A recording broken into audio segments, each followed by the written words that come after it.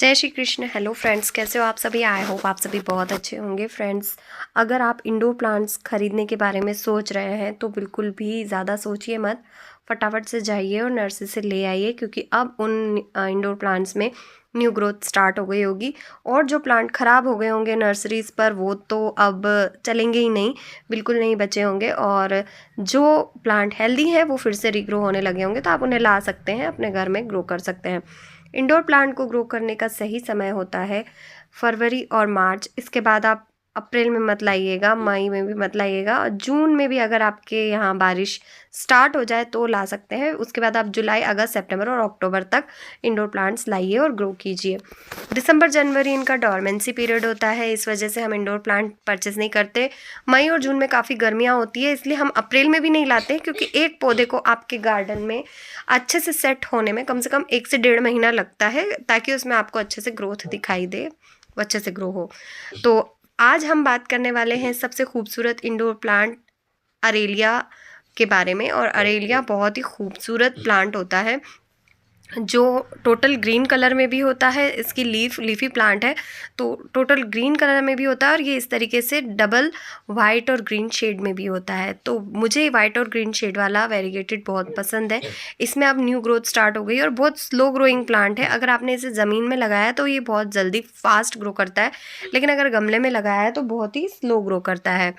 तो अगर आप स्लो ग्रोइंग प्लांट चाहते हैं कि एक ऐसा प्लांट लेके आएँ जो हम ला कर के लगाएं और वो उतनी ही हाइट पर रहे, तो कम से कम वो 3-4 साल आराम से, ये पौधा तो मेरे ख्याल से 5 साल तक सेम हाइट में रहता है। और इस पौधे की जो है ब्रांचेस सूखती भी हैं, उनको पिंच भी कर सकते हैं, तो ये छोटा बड़ा होता रहता है। बड़ा नहीं होगा, ये छोटा होगा, फिर से उसी हाइट में हो जाएगा, फिर छोटा होगा, फिर उसी हाइट में हो जाएगा। ये गमले में होता है पौधे में। जो मेरे पौधे के साथ हुआ है वो एक्सपीरियंस मैं आपके साथ शेयर कर रही हूँ। अब फरवरी का महीना आ चुका है, इस पौधे में बहुत अच्छी ग्रोथ हुई है, इसीलिए मैंने वीडियो के स्टार्टिंग में ही आपसे कह दिया था कि अगर आप इंडोर प्लांट लाना चाहते हैं तो आप इस समय ज़रूर खरीद सकते हैं। मार्च के महीने में और ख़रीद लीजिए।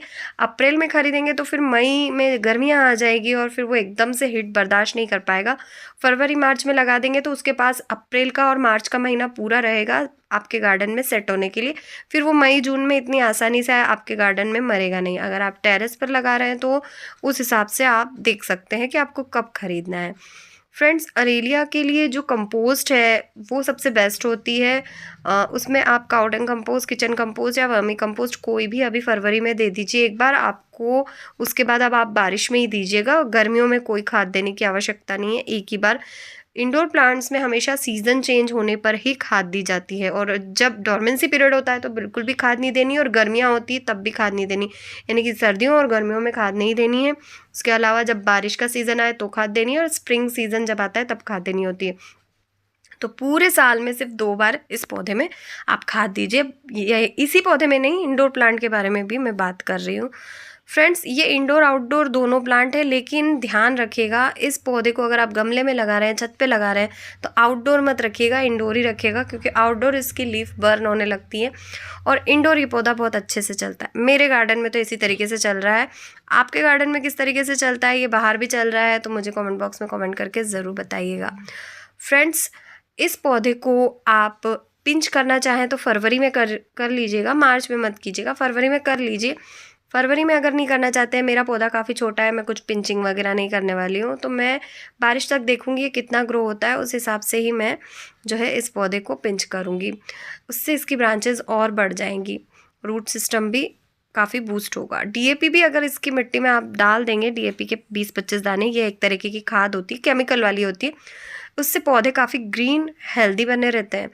इस पौधे के लिए मिट्टी वेल ड्रेन्ड सॉइल बनाइएगा, क्योंकि मिट्टी में से जब तक पानी बहकर नहीं निकलेगा तो पानी उसमें रहेगा तो उसकी जड़ें खराब होने के चांसेस ज़्यादा रहेंगे। फंगीसाइड एक अच्छा सा ला करके रखिए, ताकि पौधे की रूट्स में फंगस न लगे। मिट्टी में फंगीसाइड डालना होता है, पत्तों पर छिड़कना नहीं है, कोई फ़ायदा नहीं होता है पत्तों पर छिड़कने से।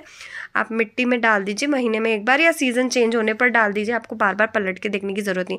तो इस पौधे को अगर आपने ला करके लगाया तो आपको साल में सिर्फ 2 बार खाद देनी है, और सिर्फ आपको इस पौधे को ला करके लगाना है, वेल ड्रेन्ड सॉइल में लगाना है।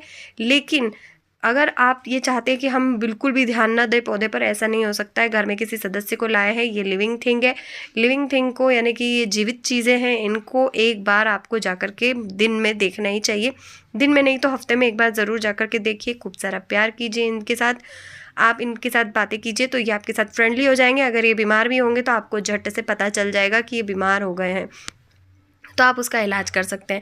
आज के इस वीडियो में इस प्लांट की मैंने बीमारी भी बता दी है, इस प्लांट का मैंने जो है क्या क्या खाद देनी है, क्या क्या केयर करनी है, सब कुछ बता दिया है। और भी कुछ अगर रह गया है तो प्लीज़ कमेंट बॉक्स में कमेंट करके पूछ लीजिएगा, अगर कोई सवाल आपके दिमाग में है। आई होप आज का ये वीडियो आपको पसंद आया होगा। वीडियो पसंद आया तो वीडियो को लाइक कीजिए, शेयर कीजिए, चैनल पे नहीं है तो सब्सक्राइब जरूर कीजिए, बेल आइकन और भी प्रेस करना मत भूलिएगा। आप मुझे इंस्टाग्राम पर फॉलो कर सकते हैं, पशुपतिनाथ प्लांट नर्सरी। मिलते हैं नेक्स्ट वीडियो में फिर किसी नई जानकारी के साथ, तब तक के लिए बाय, टेक केयर, जय श्री कृष्ण।